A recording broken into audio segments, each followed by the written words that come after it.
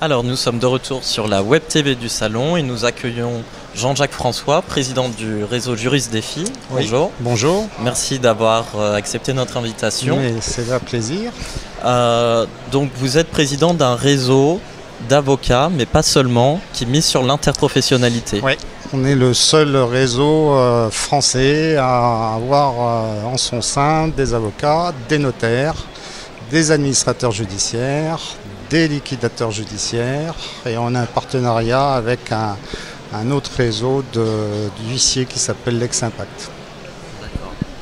C'est unique puisque c'est des professions qui, dans les hautes sphères parisiennes, se bagarrent beaucoup sur des problèmes de frontières, alors que nous, on arrive à travailler au quotidien ensemble sur le terrain et dans une réflexion commune à Juriste Défi.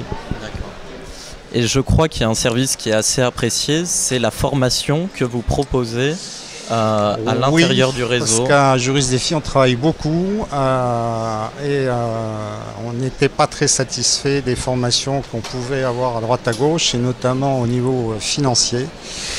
Donc on a mis en place des formations faites pour nous, par nous, donc par des avocats, par des notaires, par des administrateurs judiciaires. On a une formation toutes les 6 semaines à peu près, sur un format 10h, 17h, ce qui permet à la province de monter à Paris par un train, un TGV, et rentrer le soir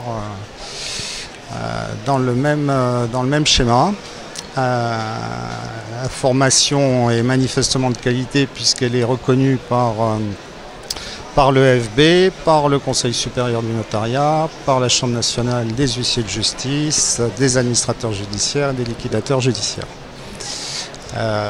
Et quand on est membre de Juriste Défi, la formation est gratuite. Donc c'est très intéressant pour les membres. J'ai ouvert les formations pour la première fois cette année à l'extérieur. Donc on a fait une première formation sur les baux commerciaux aux Échos à Paris, qui a eu un succès assez vif et remarqué, puisque les gens qui ne faisaient pas partie de Juriste Défi ont énormément apprécié la qualité de la prestation. Et j'ai profité hier de mes rencontres avec les bâtonniers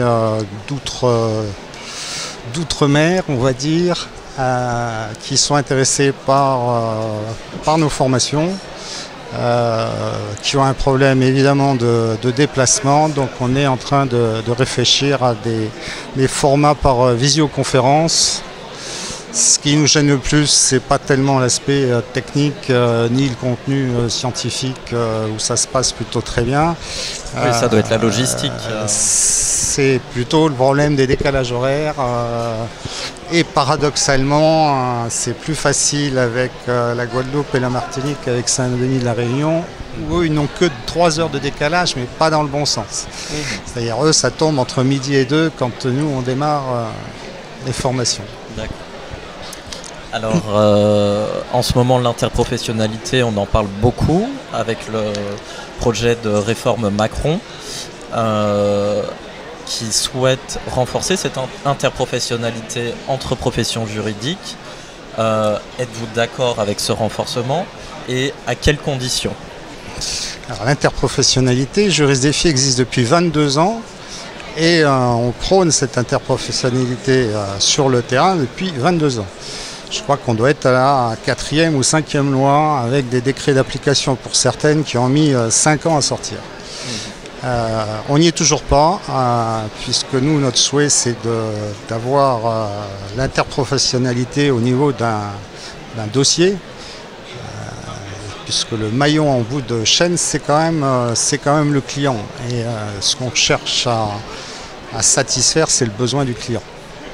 Donc l'interprofessionnalité, si c'est pour satisfaire les besoins du client, oui. Si c'est pour construire des méga structures capitalistiques, évidemment, on n'est pas tout à fait sur la même longueur d'onde.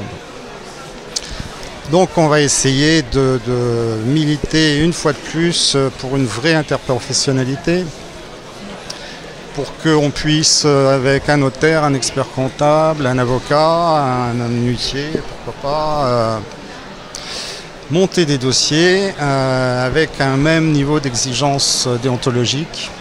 Oui, c'est un point important, la déontologie. Et celle des avocats étant la plus exigeante de toutes ces professions-là, ça ne pourra se faire qu'en tirant le niveau de la déontologie vers le haut. Là, il y a beaucoup de boulot sur le sujet. D'accord. On vous remercie. Merci à vous. Très bonne convention. Merci. Et à bientôt. Merci.